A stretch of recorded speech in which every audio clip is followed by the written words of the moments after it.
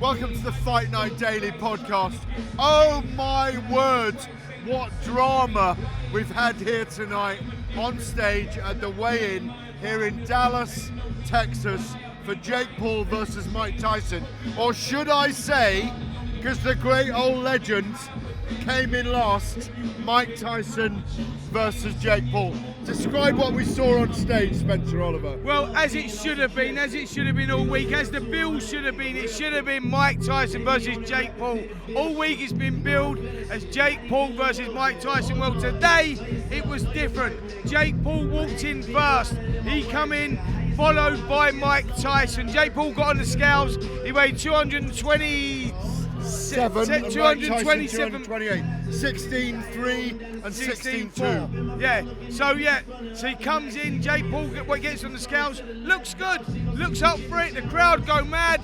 Mike Tyson comes in, the old Mike Tyson, menacing looking, says the talking's over, and out of nowhere, he rushes over to Jake Paul and slaps him.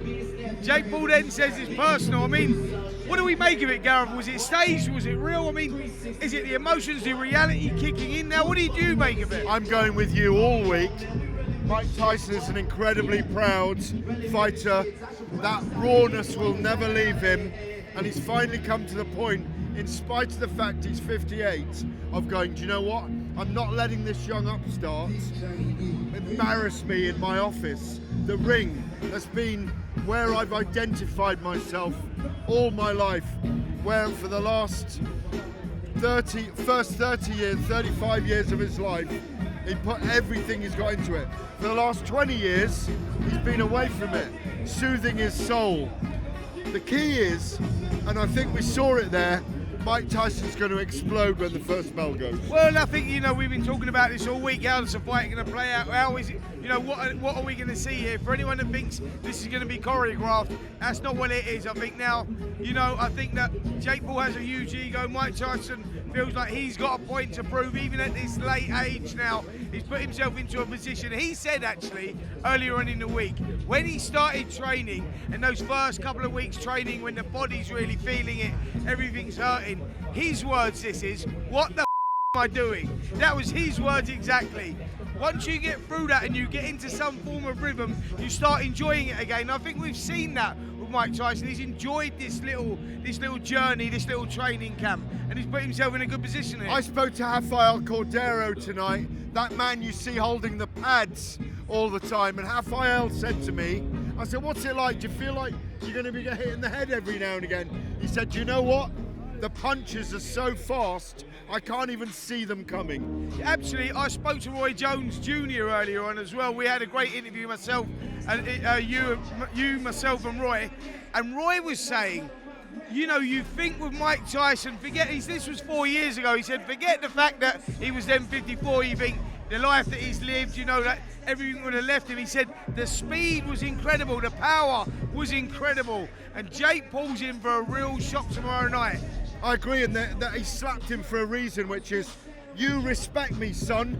Mind games. Get in your head. Mind games. Talk to us about it. Listen, mind games. You got to remember, Mike Tyson's been there, seen it, done it. Youngest ever, undisputed world heavyweight champion. He's fought the best, boxed the best. He knows this game. He knows now this is where fights are won and lost. Jake Paul doesn't know this before. Jake Paul is that kid. You get manufactured killers and you get natural born killers. Mike Tyson is a natural born killer. And Jake has not been there before. He doesn't know this side of it. He doesn't know what it's like to be in with a true great in boxing. He's fought two true greats from MMA, Nate Diaz and Anderson Silva. This man is different. Mike Tyson means business, and he'll be throwing everything at him early on. Jake Paul will be holding for his dear life. He won't be countering, he'll be holding on for dear life early on. But this is what it is, see, when we're talking about experience, like Mike knows how to set the traps. Mike will come in low, he'll whip them shots in, those uppercuts are going to be dangerous. Yes, Jake Paul's game plan is going to be taking Mike late and hope that he gasses and he takes over late in the fight, but trust me, to get through that first, I think Gareth, you've been saying this all week as well, to get through that first 3 rounds, it's going to be a difficult night for Jake Paul.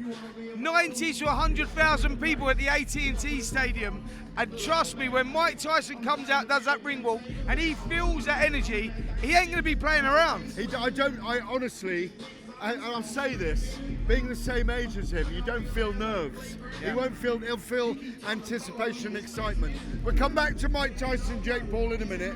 Katie Taylor, Amanda Serrano looked amazing, both made the weight. They're both brilliant fighters. Can't wait to see them fight tomorrow night. How do you see it? Listen, gladiators, I think what we saw April 22nd, 2022, I think when we saw that fight, you looked at it and you go, both girls left it all in the ring. Boxing IQ was insane from both the girls. Both girls hurt, both girls showed tremendous grit, guts, determination and willpower to come through the way they come through. They stood toe to toe for 10 rounds. I'm expecting the same again. I really am. I think Katie Taylor's extra boxing expertise sees her over the line. Yes, she will get drawn into that dogfight, the fight that Amanda Serrano likes. But I think she'll build up the early rounds with that movement on the outside. Always adjust well in a rematch.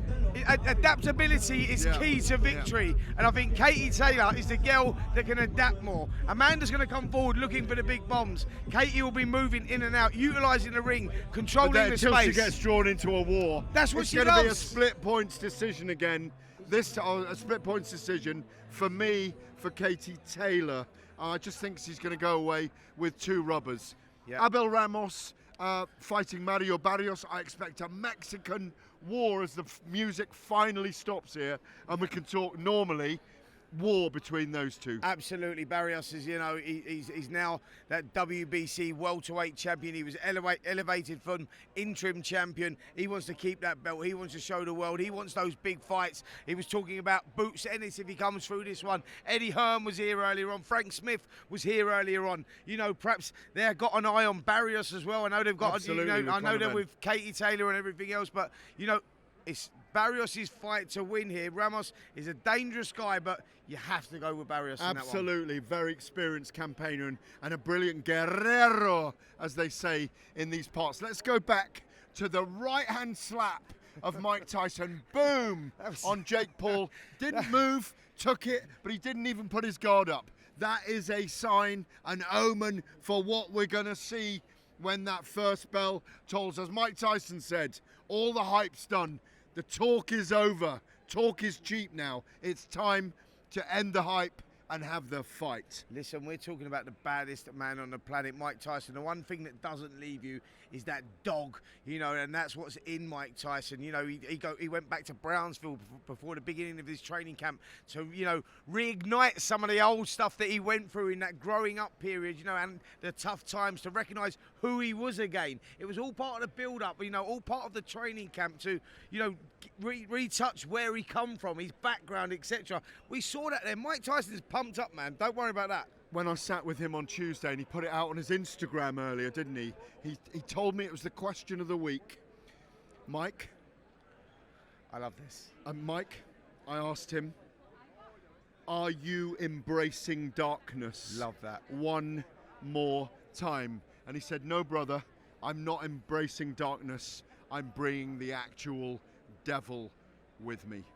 Love that. Love that. That is what Mike Tyson is all about. I think that's what the 100,000 plus people in that stadium that are going tomorrow want to relive. A lot of them will never have even been around when Mike Tyson was boxing, before he finished his career over 20 years ago. So we've got a chance here for the old and the new to experience that Mike Tyson thing, right? Forget that everyone's saying Mike Tyson's shot, he's 58 years of age. Guys, this is entertainment. This is the world that we live in. Reliving that ring walk for me with Mike Tyson is going to be sensational. It's called nostalgia, and Netflix have put a nostalgia event back together here. We spoke to Stitch, Jacob Stitch Duran earlier. I chatted to him. He's in Mike Tyson's corner. He did the Klitschko's. He did many great stars over the years. He's been in films himself.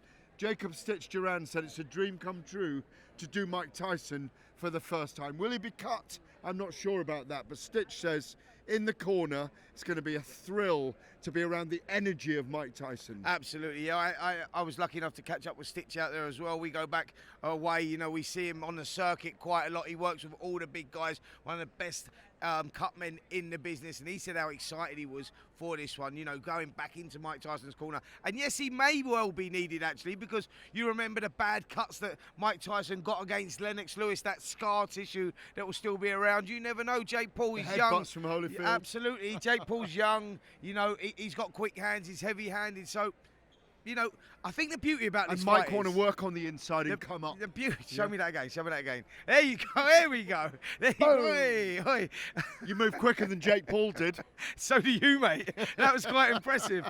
Yeah, no, yeah, just looking forward to it. Look, we don't know what to expect tomorrow, but all I do know and all I want to see is Mike Tyson, Iron Mike Tyson, ring walking, clicking the neck, getting in the ring. That is what it's all about. One more time, bring the darkness, Mike. Listen, we've got loads of content that we created tonight that'll be on the talkSPORT YouTube channel.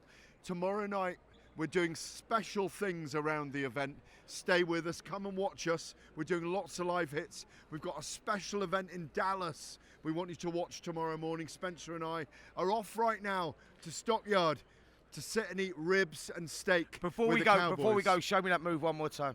There we go. Boom. Hey! Steak and ribs. The steak is Tyson, the ribs are Jake Paul. Watch out for our special. You've been watching the Fight Night Daily podcast. Have a sit down, old boy. Have a sit down. Yeah, I will. I might have a ranch water as well. It's been great to be with you again today. An amazing atmosphere all week. You've been watching the Fight Night Daily podcast. We'll be back with you tomorrow for the real action when it starts. On AM, on DAB, via the talkSPORT app and on your smart speaker. talkSPORT.